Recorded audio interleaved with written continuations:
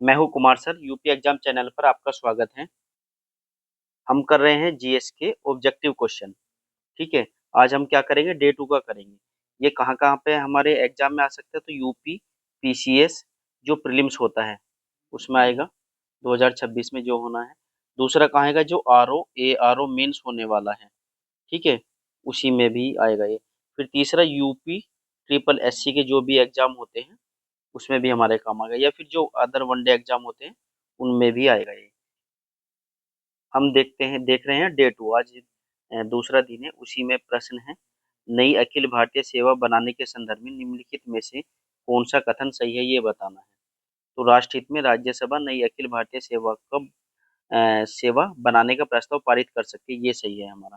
अच्छा, ये किस अनुच्छेद में दे रखा है, अनुच्छेद 312 में है ये। ठीक है, तो ये हमारा अनुच्छेद 312 में है। नई अखिल भारतीय सेवा बनाने का प्रस्ताव राज्यसभा कुल सदस्य संख्या के 2/3 बहुमत से पारित करना आवश्यक है, तो ये गलत है। इसका केवल वन सही है, तो 11 का केवल वन है, यानी कि डी उत्तर हो गया, डी। 11 का डी है। अगर हम इसी दूसरे ऑप्शन में इसकी जगह हम क्या सही करें, क्या लिखे कि ये सही हो जाए, तो क्या हो जाएगा इसमें, उपस्थित और मत देने वाले। तो उपस्थित और मत देने वाले सदस्यों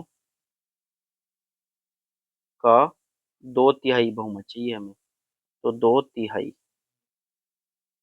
ठीक है, तो उपस्थित और मत देने वाले सदस्यों का 2/3 बहुमत, अगर हम कुल सदस्य संख्या के 2/3 बहुमत की जगह लिख दें तो सही हो जाएगा ये भी।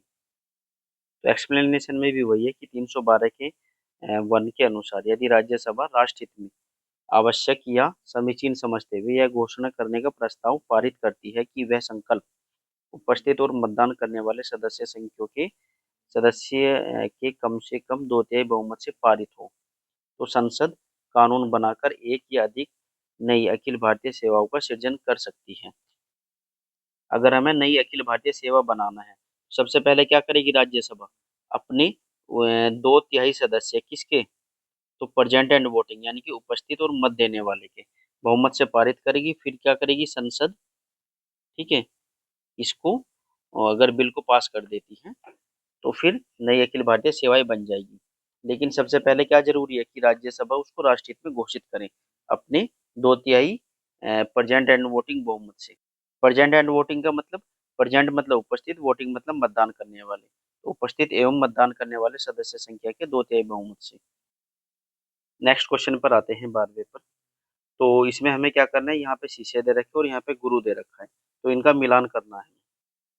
तो कबीर के गुरु कौन थे, तो कबीर के गुरु थे हमारे स्वामी रामानंद।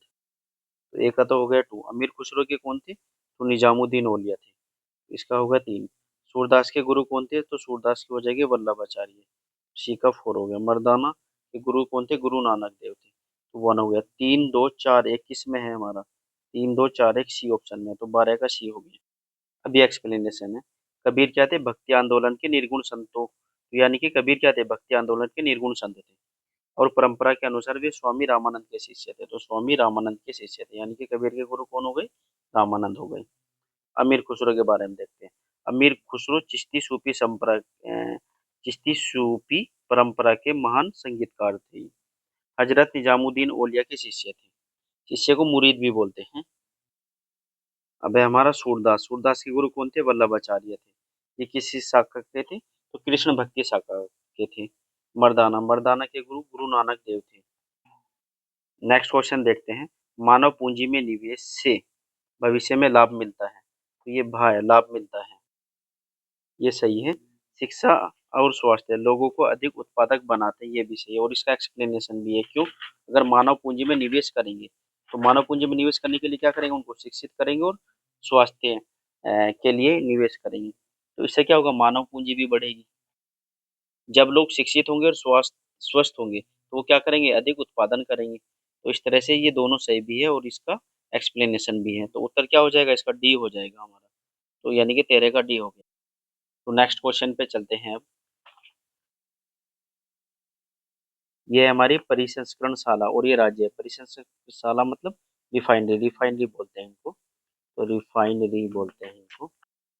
हमें बताना नायरा रिफाइनरी कहाँ है। तो नायरा कहाँ है ये? तो नायरा है गुजरात में, यानी कि दो हो गए का।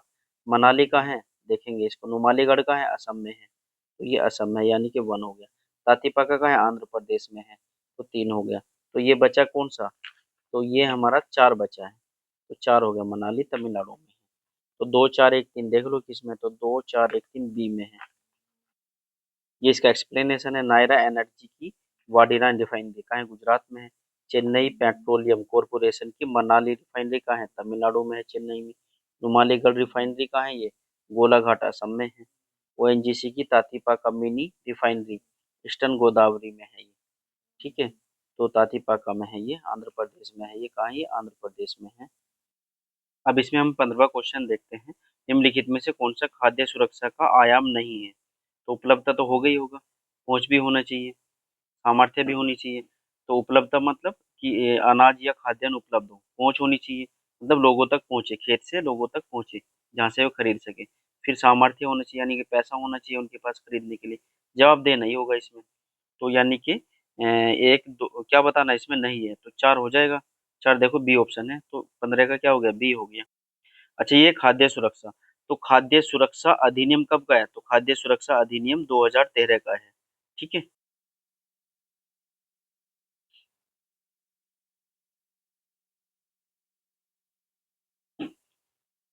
खाद्य और औषधि विभाग।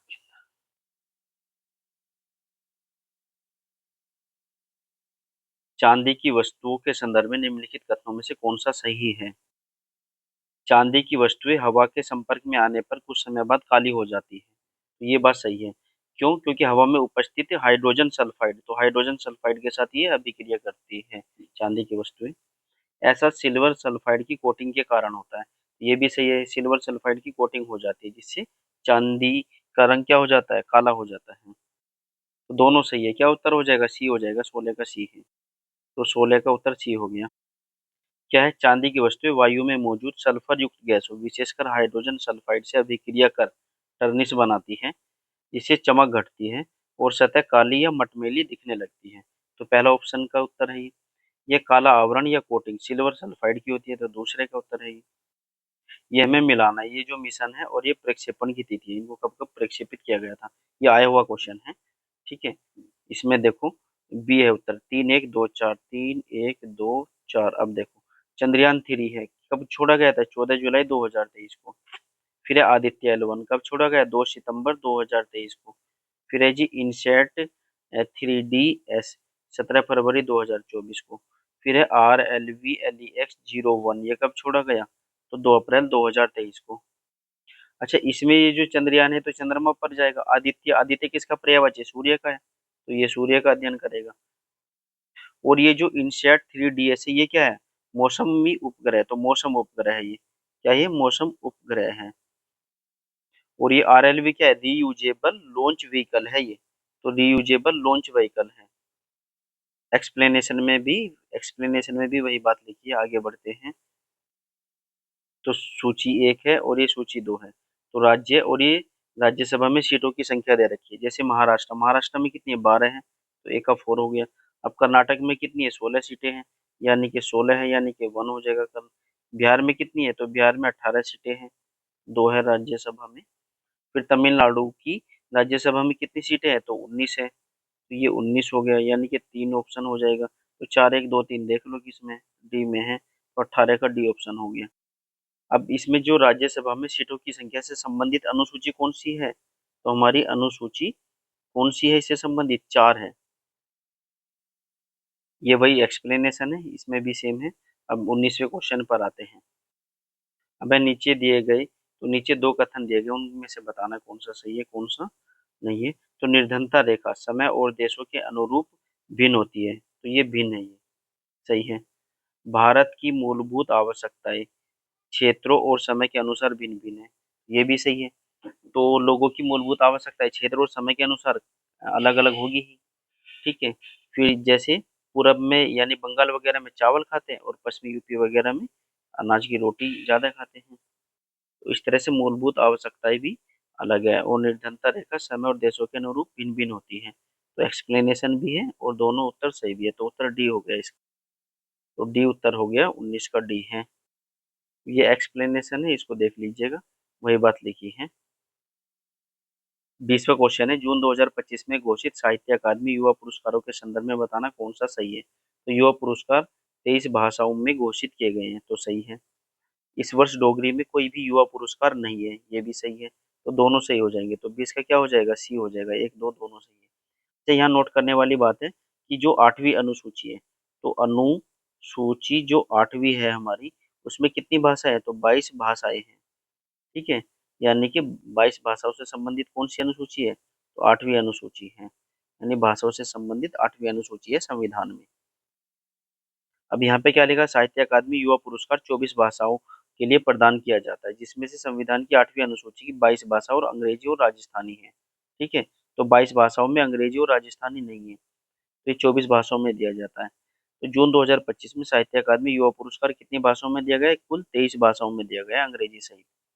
इस वर्ष भाषा में कोई युवा डोगरी भाषा में कोई भी युवा पुरस्कार नहीं दिया गया है। तो ये एग्जाम के लिए अति महत्वपूर्ण जीएस के क्वेश्चन है, इनको हम डेली करेंगे, इससे हमारी प्रैक्टिस अच्छे से हो सके और हम यूपी पीसीएस प्रीलिम्स और आरओ एआरओ जो मेंस होने वाला है उसमें, और जो बाकी दूसरे वनडे एग्जाम है उसमें हम क्या कर सके, अच्छा स्कोर प्राप्त कर सके। इसमें नेक्स्ट वीडियो को आसानी से पहुंचने के लिए आप इसको लाइक करें, शेयर करें, नोटिफिकेशन के लिए बेल बटन दबा लें। ठीक है, सब्सक्राइब कर लीजिए इसको। इस वीडियो को यहीं विराम देते हैं, नमस्कार।